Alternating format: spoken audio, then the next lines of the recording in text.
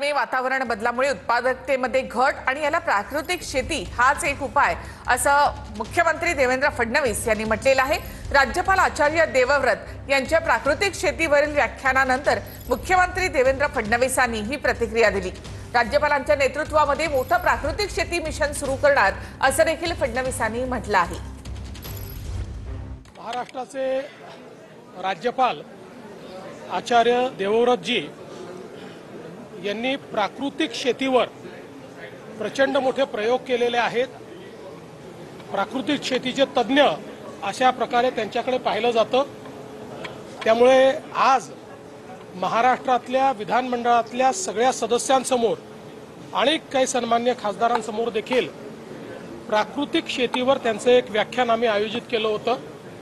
आत्ताच्या वातावरणातल्या बदलाचा जो शेतीवर परिणाम होतोय किंवा आज एक प्रकारे जी काही उत्पादकता कमी होते, लोकांचं लागत मूल्य किंवा उत्पादन खर्च वाढतो आहे, या सगळ्या गोष्टींवर उपाय म्हणजे प्राकृतिक शेती आहे।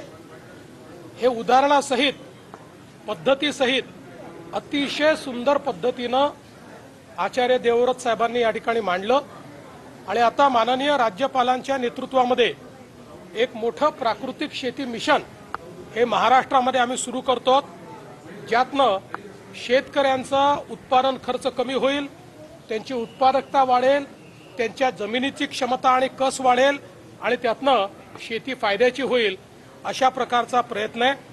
आजचं जे भाषण झालेलं आहे ते इतकं अप्रतिम झालंय की सर्व जे विधानसभेचे किंवा विधानमंडळाचे सदस्य होते त्या सगळ्यांना अतिशय हे भाषण आवडलेलं आहे आणि त्यांच्या माध्यमातून निश्चितपणे जे काही राज्यपाल महोदयांनी या ठिकाणी विचार व्यक्त केले आहेत ते शेतकऱ्यांपर्यंत पोहोचवण्याचा प्रयत्न आम्ही करू। सर, नेचुरल एग्रीकल्चर पर जो सम्मेलन आज हुआ था उसके बारे में ठीक है। जो प्राकृतिक खेती के संदर्भ में महाराष्ट्र के राज्यपाल जी आचार्य देवव्रत जी का आज व्याख्यान हुआ है, वो इस क्षेत्र के तज्ञ यानी एक्सपर्ट माने जाते हैं।